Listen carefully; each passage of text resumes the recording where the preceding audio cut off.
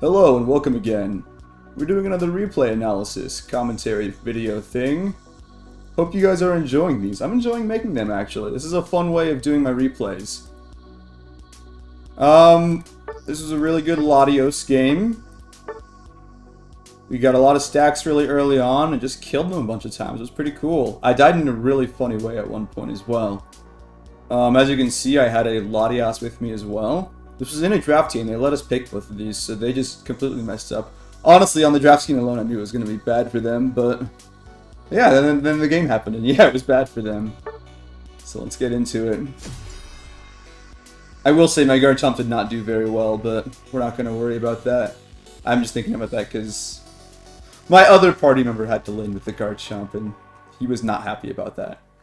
But anyway, this game is a great game for Latios because they have very little catch and very few ways of directly threatening Latios with burst damage.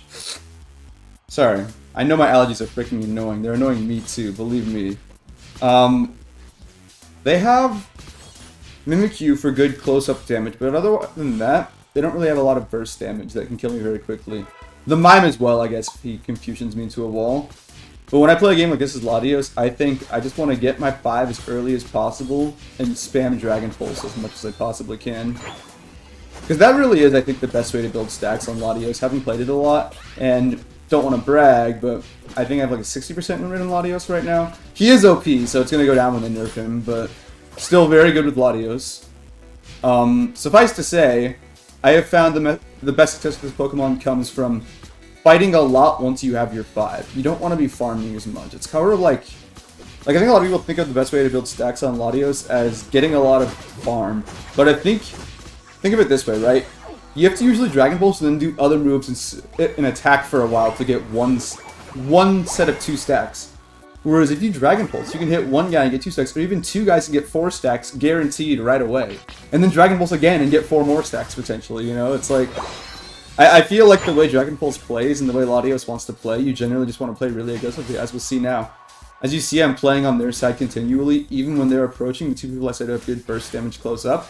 I'm just getting to a safe distance and spamming Dragon Pulses. This is the best way to build stacks in the early game. Because look, they have very little way they can threaten me. If he wants to contest all the farm, he has to be here way faster. So he just lets me hit him, right? And it's like, yeah, we lose the farm, but I'm getting all these stacks anyway, so it's like, even if I had only secured the farm, I would have gotten less stacks than what I got otherwise. So it really goes to show you when we're fighting. And then you have your Latios who also wants XP and also wants stacks in a lane like this. So I never mind him just staying back and getting last hits if I'm busy doing something as well. That's part of my logic. But yeah, here I make the conscious choice to just not go mid. I'm like, I just want to farm stacks off this guy. This is the best way I can spend my time right now. Look, I already have 25 stacks. Or 20, rather. Oh, here's a bit unfortunate.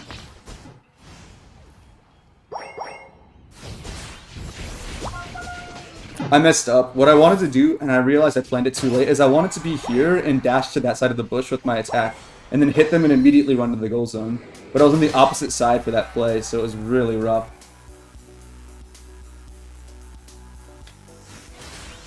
As much as Latios would rather fight than farm, I think that sometimes farming is still the right play, especially if you want levels. Levels are still valuable. Your stacks are your most important thing in terms of your late game damage potential on Latios, but levels are still really good for just giving raw stats, right? Not to mention you get cooldown reduction at higher levels, so you can spam Dragon Pulses even more. So Latios really never minds getting levels as well, so farming is never a bad idea.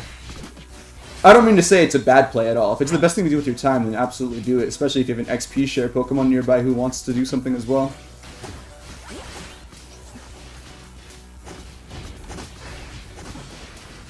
Unfortunately, I wasn't able to put in enough damage to kill that guy before he killed my Latias. And then we were alone, the rest of our team wasn't there. Something that I saw that, and I'm not saying this to criticize my friend's play, because I understand why he was playing the way he was, but something that I sometimes do as defender, if my lane partner is really awful, like this Garchomp was, I just like leave. I'm just like, whatever. I'm not going to waste all my time defending top if we're not going to get anything out of it.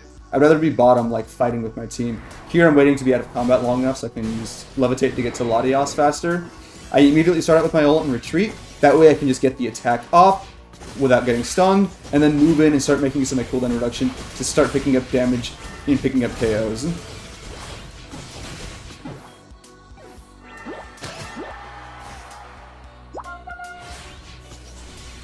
I wanted to hit the mime there, but the thing spawned, so I was like spamming the button, so I hit that instead.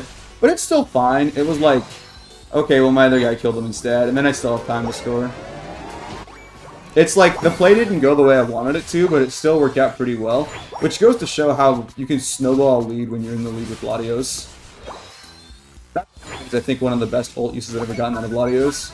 Literally won me the team fight with the cooldown reduction it gave. I've been contemplating making a Latios guide for one of my next videos.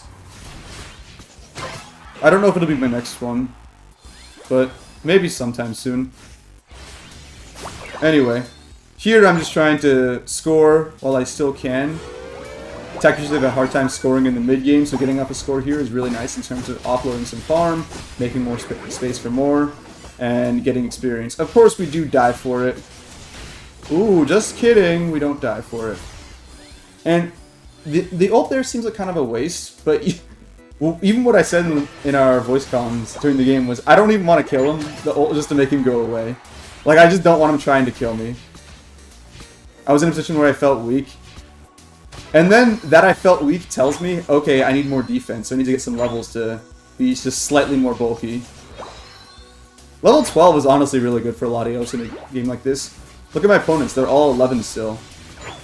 Of course, Latias saving the stacks for his Latios. Very good plays there. Although, do keep in mind, as Latias, your burst damage in the late game is still good if you get your stacks, so it's not a bad thing for Latias to get some stacks throughout the game. It's nice for Latios to get a lot of them, but Latias can get one or two here or there. I like skirting the edges of fights with Latios because he plays like a speedster in the sense that you can find a target who's low and sort of like laser accurately take them out of the fight before they can do anything else. Like look, and that time I wasn't even trying to kill that guy, I was just farming. But I'm so strong. I think I have at this point in the game close to 100 stacks, if not 100 stacks. Look, I'm killing people even without my ult.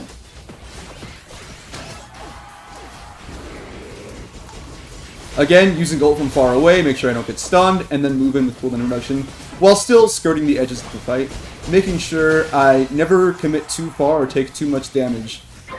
Latios is very, very vulnerable to burst damage. He has a small HP pool in the mid and late game, and his defensive stats aren't great. If you take too much damage with Latios, you can really die easily. And as we'll see here, yeah, oof, I really shouldn't have tried to score. It was pretty greedy. I probably should have just gone home. And my greed was punished this time.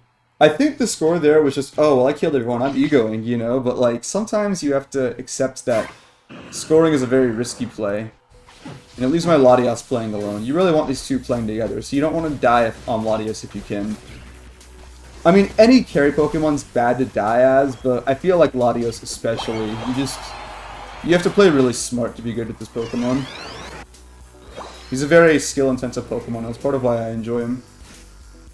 Here I tell my teammates in voice comms, hey guys, I'm just going to farm until Rayquaza, get my 15, get more stacks.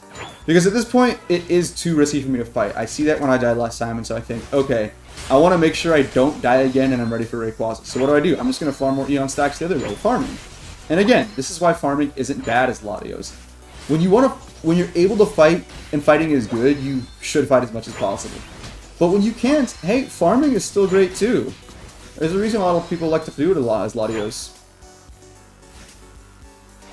Here I'm getting one last stack on the way. I hate it when the ball toys evolve. I hate it so much when they evolve.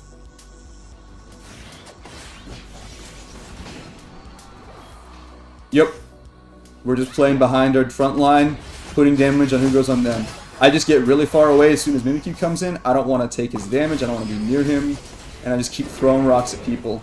Get my ult, line it up to hit the Blastoise as well. Nice and easy Dragon Pulse. There's one guy left, I don't even care. I'm just going to start hitting this thing. If he shows up, I kill him in one hit. And it doesn't even matter, it doesn't show up. Yup. Enemy team surrenders. I think I ended that game with like 180 stacks or something. I just got so many stacks in the early and mid game that by the late game, they just couldn't do anything to stop me. And it shows you why you really need burst damage on a team to be able to deal with Latios effectively. It's a Pokemon whose strengths are very, very potent, in a way that makes it so its weaknesses are very apparent. And if the enemy team can't punish you as a Latios, you can get away with a lot. So this is an example of a Latios game that went very well for several reasons. But I think I also played well too, you know? Let's be real, let's be real. Anyway, thank you all so much for watching. I really appreciate the support. If you liked, enjoyed, like it, comment, subscribe, do all the things. Share it, you know, tell your friends about it. I appreciate that too. Follow me on Twitch, stream on weekends. And yeah, that's it. Peace.